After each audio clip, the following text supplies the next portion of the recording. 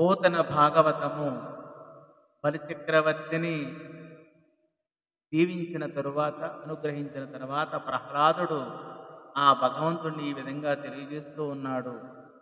సర్వగతుడవయ్యు సమదర్శనుడవయ్యు ఒకట విషమ వృత్తి నుండు ధరయ ఇచ్చలేని వారికి భక్తుల కోరు తలపులిత్తు కల్పతరువు మాటి.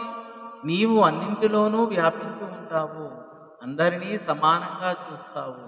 అయినప్పటికీ ఒక్కొక్కసారి పక్షపాతాన్ని చూపుతావు, భక్తి లేని వారి కోరికలు తీర్చవు. కల్పవృక్షం వలె భక్తులైన వారి కోరికలు తీర్చుతావు అని ఈ పద్య భావం.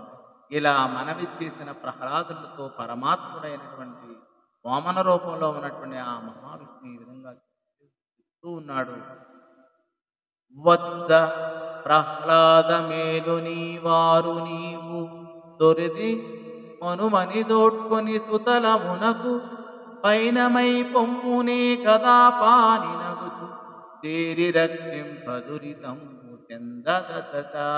నాయనా ప్రహ్లాద, మంచిది, నీవు నీ మనుమనితో పాటు నీ వారితో పాటు సుతల లోకానికి వెళ్ళు. నేను గదాహస్తుడనై వచ్చి మిమ్మల్ని కాపాడుతాను, అక్కడ మీకు ఏ కష్టమో కలగదు అని ఈ పద్య భావం.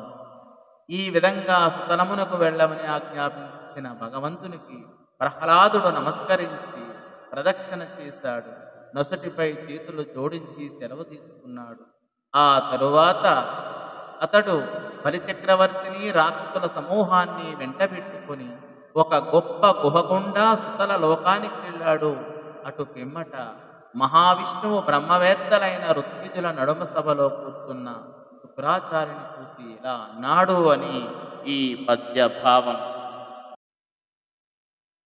ఏమి కొరత పడియ నీతని జన్నంబు విస్తరింపు కడమ విప్రవర్య విషమమైన కర్మ విసరంత బ్రాహ్మణ జనులు చూచినంత సమత పొందు. శుక్రాచార్య, విప్రోత్తమ, బలిచక్రవర్తి యజ్ఞంలో మిగిలిన కార్యాన్ని నెరవేర్చు. లోపం ఏమాత్రం కూడా రాకూడదు.